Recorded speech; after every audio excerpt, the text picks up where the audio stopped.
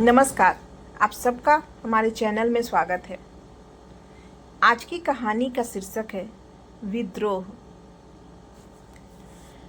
रिया को अपने माता पिता के घर में रहते हुए करीब 15 दिन हो चुके थे। इस दौरान उसका अपने पति राकेश से किसी भी तरीके का कोई संपर्क नहीं रहा था। उस शाम राकेश को अचानक घर आया देखकर वह हैरान हो गई।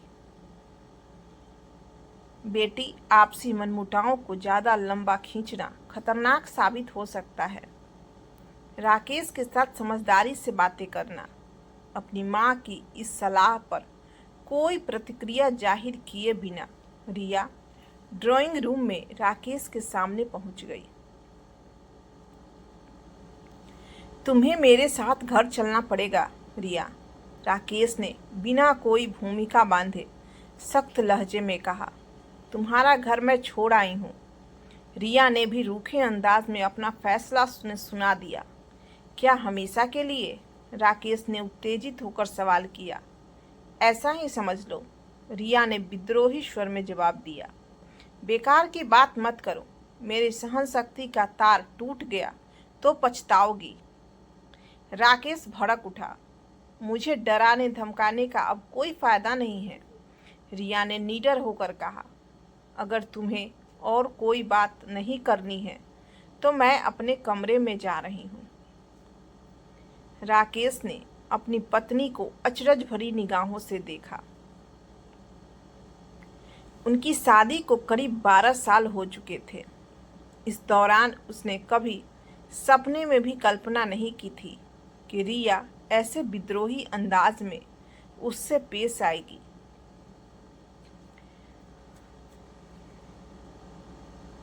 उठकर खड़ी होने को तैयार रिया को हाथ के इशारे से राकेश ने बैठने को कहा और फिर बताया कि कल सुबह मयंक और शिक्षा हॉस्टल से 10 दिनों की छुट्टियां बिताने घर पहुंच रहे हैं। कुछ देर सोच में डूबी रहने के बाद रिया ने व्याकुल स्वर में कहा, उन दोनों को यहाँ मेरे पास छोड़ जाना। तुम्हें पता है तुम क्या बकवास कर रही हो? वह दोनों यहाँ नहीं आएंगे। राकेश गुस्से से फटफड़ा। फिर जैसी तुम्हारी मर्जी, मैं बच्चों से कहीं बाहर मिल लिया करूँगी।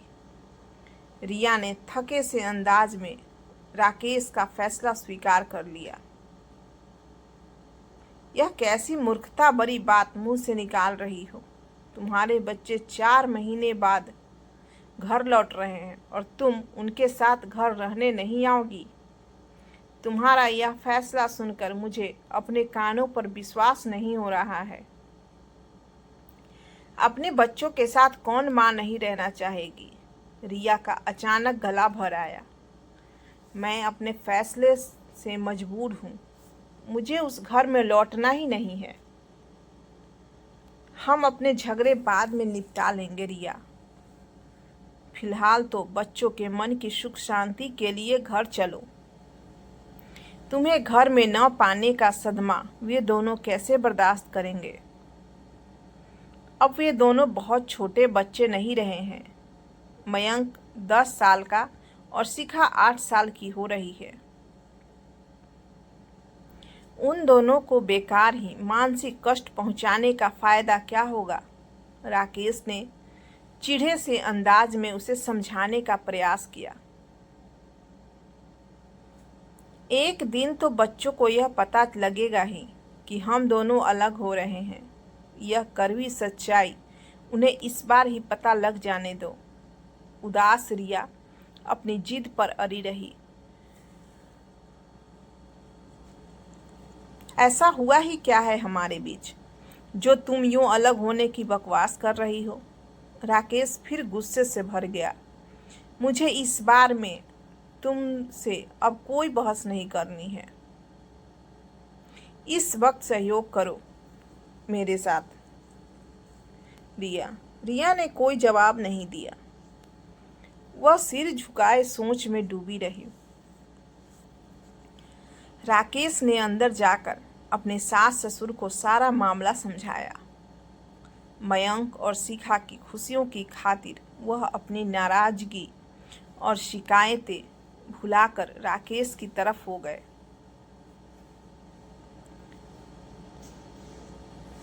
रिया पर ससुराल वापस लौटने के लिए अब अपने माता पिता का भी दबाव पड़ा। अपने बच्चों से मिलने के लिए उसका मन पहले ही तड़प रहा था। अंततः उसने एक शर्त के साथ राकेश की बात मान ली। मैं तुम्हारे साथ बच्चों की माँ के रूप में लौट रही हूँ, पत्नी के रूप में नहीं। पति पत्नी के टूटे रिश्ते को फिर से जोड़ने का प्रयास न करने की तुम कसम खाओ, तो ही मैं वापस लौटूंगी। बड़े गंभीर होकर रिया ने अपनी शर्त राकेश को बता दी। अपमान का घूंट पीते हुए राकेश को मजबूरन अपनी पत्नी की बात माननी पड़ी। बच्चे कल आ रहे हैं तो मैं भी कल सुबह घर पहुंच जाऊंगी। अपना निर्णय सुनाकर रिया ड्राइंग रूम से उठकर अपने कमरे में चली आई। रिया के व्यक्तित्व में नजर आ रहे जबरदस्त बदलाव ने उसके माता पिता और पति को ही नहीं बल्कि उसे खुद को भी अचंभित कर दिया था।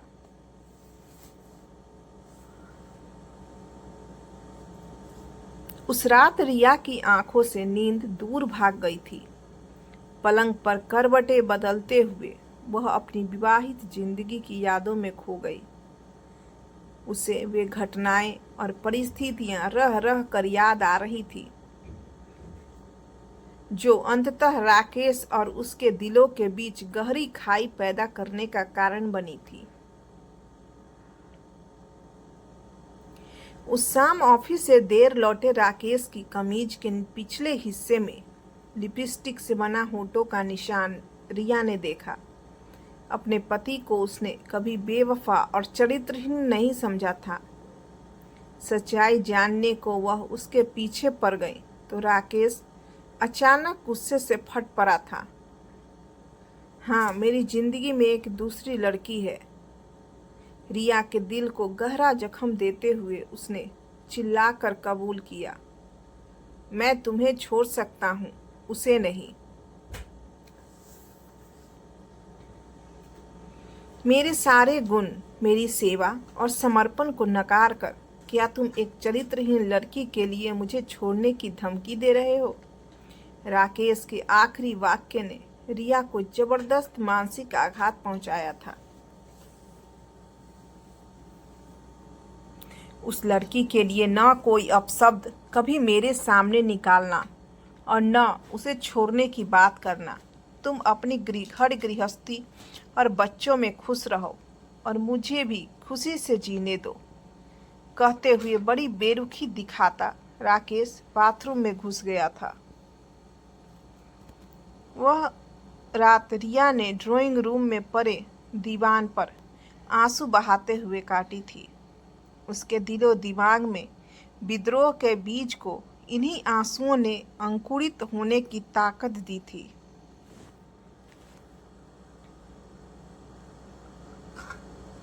उस रात रिया ने अपने दब्बूपन और कायरता को याद करके भी आंसू बहाए थे। राकेश शादी के बाद से ही उसे अपमानित कर नीचा दिखाता आया था। घर और बाहर वालों के सामने बेइज्जत कर उसका मजाक उड़ाने का वह कोई मौका शायद ही चूकता था। रिया के सुंदर नैन नक्श की तारीफ नहीं बल्कि उसके सांवले रंग का रोना वह अक्सर जान पहचान वालों के सामने रोता। घर की देखभाल में जरा सी कमी रह जाती तो उसे रिया को डांटने डपटने का मौका मिल जाता। उसका कोई काम मन मुताबिक नहीं होता तो वह उसे बेइज्जत जरूर करता। 2 साल पहले सास के निधन के बाद तो वह बिल्कुल ही अकेली पड़ गई थी। उनके न रहने से रिया का सबसे बड़ा सहारा टूट गया था। राकेश के गुस्से से बच्चे डरे सहमे से रहते। उसके गलत व्यवहार को देख सारे रिश्तेदार, परिचित और दोस्त उसे एक स्वार्थी, ईर्ष्यालु और गुस्सैल इंसान बताते।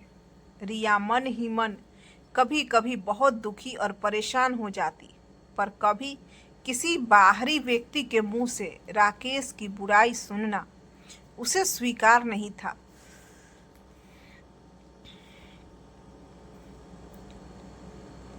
वह दिल के बहुत अच्छे हैं, मुझे बहुत प्यार करते हैं और बच्चों में तो उनकी जान बसती है। मैं बहुत खुश हूँ उनके साथ, रिया ये सब कहती भी थी और अपने मन की गहराइयों में इस विश्वास की जड़ें खुद भी मजबूत करती रहती थी।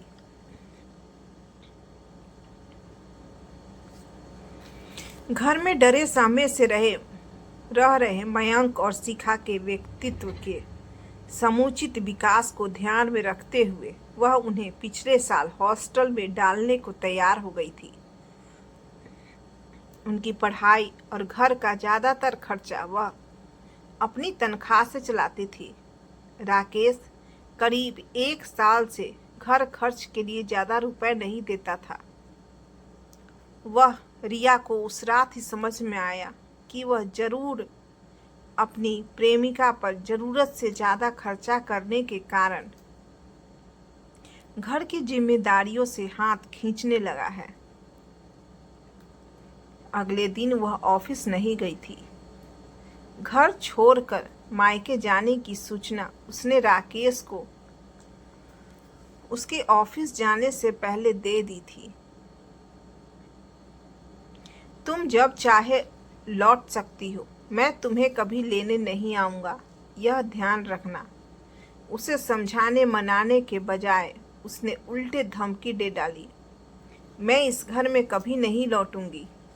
रिया ने अपना निर्णय उसे बताया तो राकेश मखौल उड़ाने वाले अंदाज में हंसकर घर से बाहर चला गया था।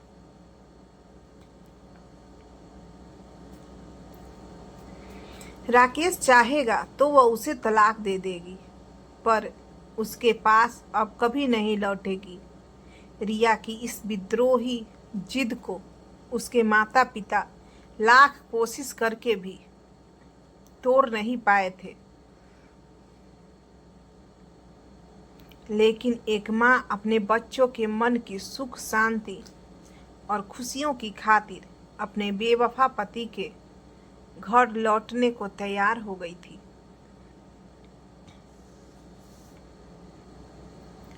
रिया को अगले दिन उसके माता पिता राकेश के पास ले गए। उसने वहां पहुंचते ही पहले घर की साफ सफाई की और फिर रसोई संभाल ली। अपने बेटा बेटी के लिए वह उनकी मनपसंद चीजें बड़े जोश के साथ बनाने के काम में जल्दी ही व्यस्त हो गई थी। दोनों बच्चों को स्टेशन से लेकर राकेश जब 11 बजे के करीब घर लौटा, तब घर भर में एकदम से रौनक आ गई। मयंक और शिखा के साथ खेलते, हंसते, बोलते और घूमते फिरते रिया के लिए समय पंख लगाकर उड़ चला।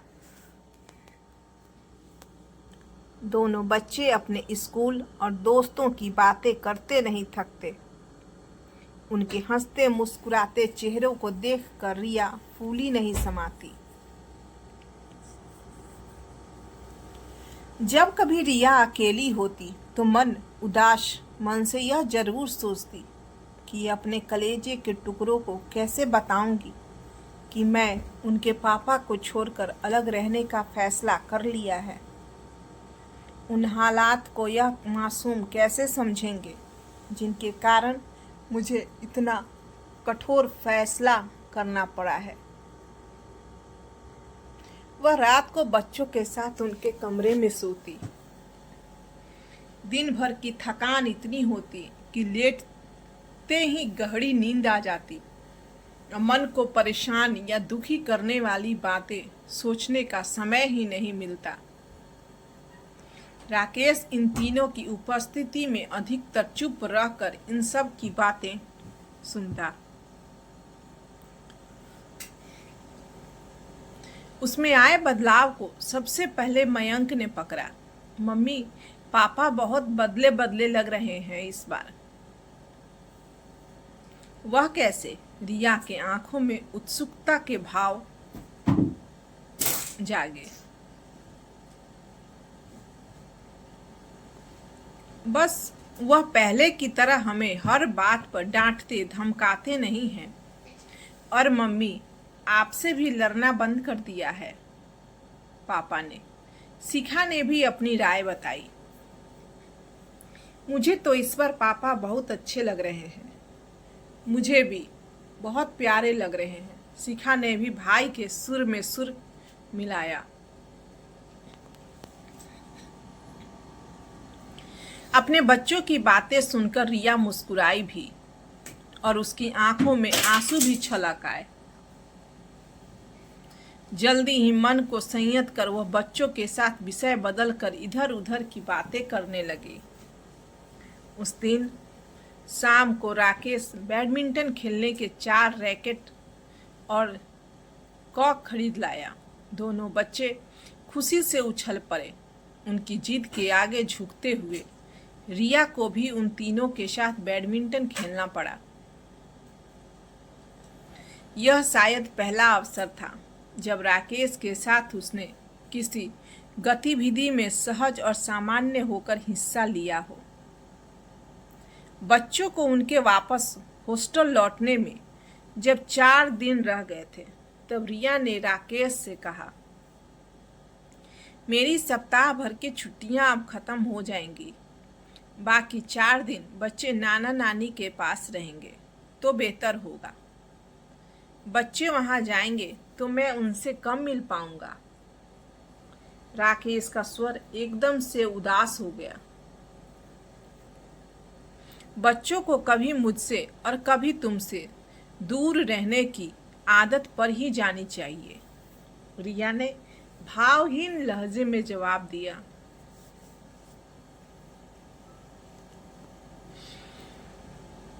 राकेश कुछ प्रतिक्रिया जाहिर करना चाहता था, पर अंततः धीमी आवाज में उसने इतना ही कहा, तुम अपने घर बच्चों के साथ चली जाओ। उनका सामान भी ले जाना। वे वहीं से वापस हॉस्टल चले जाएंगे। नाना नानी के घर मयंक और शिखा की खूब खातिर हुई। वे दोनों वहां बहुत खुश थे, पर अपने पापा को वो काफी याद करते रहे। राकेश उनके बहुत जोर देने पर भी रात को साथ में नहीं रुके। यह बात दोनों को अच्छी नहीं लगी थी। अपने माता पिता के पूछने पर रिया ने एक बार फिर राकेश से हमेशा के लिए अलग रहने का अपना फैसला दोहरा दिया। राकेश ने अगर अपने बारे में तुम्हें सब बताने की मूर्खता नहीं की होती, तब भी तुम उसके साथ रह रही होती। तुम्हें संबंध तोड़ने के बजाय उसे उस औरत से दूर करने का प्रयास करना चाहिए, रिया की मां ने उसे समझाना चाहा। मां, मैं राकेश की कई गलतियां, कमियों और दुर्व्यवहार से हमेशा समझौता किया, पर वह सब मैं पत्नी के कर्तव्यों के अंतर्गत करती थी। उनकी जिंदगी में दूसरी औरत आ जाने से मुझ पर अच्छी बीवी के कर्तव्य को निभाते रहने के लिए दबाव न डाले। मुझे राकेश के साथ नहीं रहना है, रिया ने कठोर लहजे में अपना फैसला सुना दिया था। अगले दिन बच्चे अपने पापा का इंतजार करते रहे, पर वह उनसे मिलने नहीं आए। इस कारण वे दोनों बहुत परेशान और उदास हो गए थे। रिया को आकाश की, राकेश की ऐसी बेरुखी लापरवाही पर बहुत गुस्सा आया था। उसने अगले दिन ऑफिस से राकेश को फोन किया और क्रोधित स्वर में शिकायत की। बच्चों को यूं परेशान करने का तुम्हें कोई अधिकार नहीं है। कल उनसे मिलने क्यों नहीं आए? एक जरूरी काम में व्यस्त था। राकेश का गंभीर स्वर रिया के कानों में पहुंचा। मैं सब समझती हूँ। तुम्हारे जरूरी काम को अपनी रखैलों से मिलने की खातिर अपने बच्चों का दिल दुखाना ठीक नहीं है। आज तो आओगे ना? अपनी रखैल से मिलने सचमुच आज मुझे नहीं जाना है, इसीलिए बंदा तुमसे मिलने, सबसे मिलने जरूर हाजिर होगा। राकेश की हंसी रिया को बहुत बुरी लगी, तो उसने जल भूनकर फोन काट दिया। राकेश शाम को सबसे मशहूर दुकान की रसमलाई लेकर आया। वह रिया की सबसे ज्यादा पसंदीदा मिठाई थी। वह नाराजगी की परवाह न कर उसके साथ हंसी मजाक छेड़छाड़ करने लगा। बच्चों की उपस्थिति के कारण वह उसे डांट डपट नहीं सकी। राकेश दोनों बच्चों को बाजार घुमा कर लाया। फिर सब ने एक साथ खाना खाया। रिया को छोड़कर सभी का मूड बहुत अच्छा बना रहा। बच्चों को सोने के लिए भेजने के बाद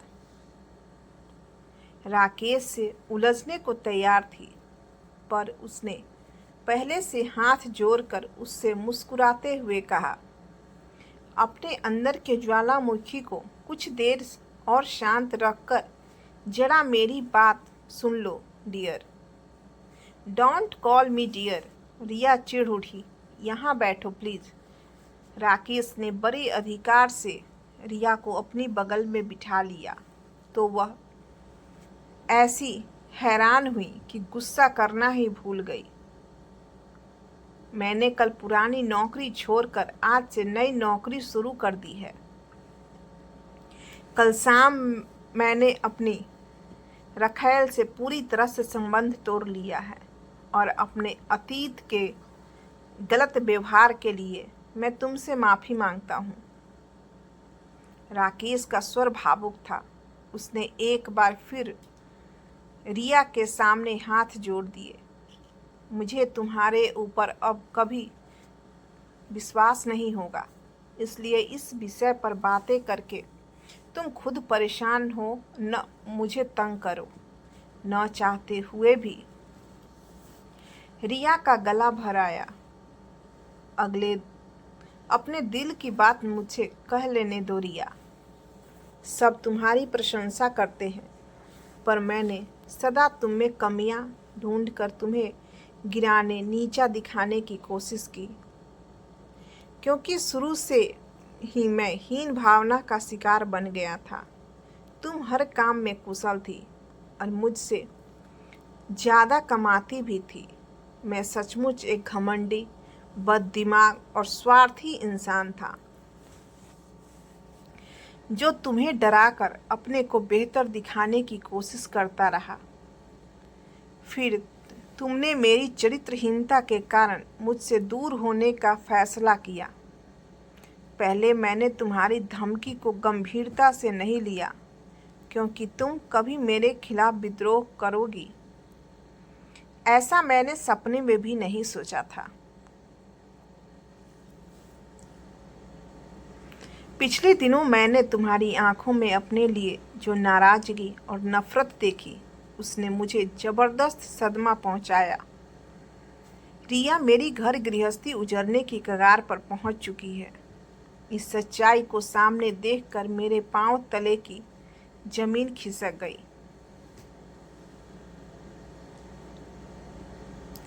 मुझे तब एहसास हुआ कि मैं न अच्छा पति रहा हूँ और न अच्छा पिता, पर अब मैं बदल गया हूँ।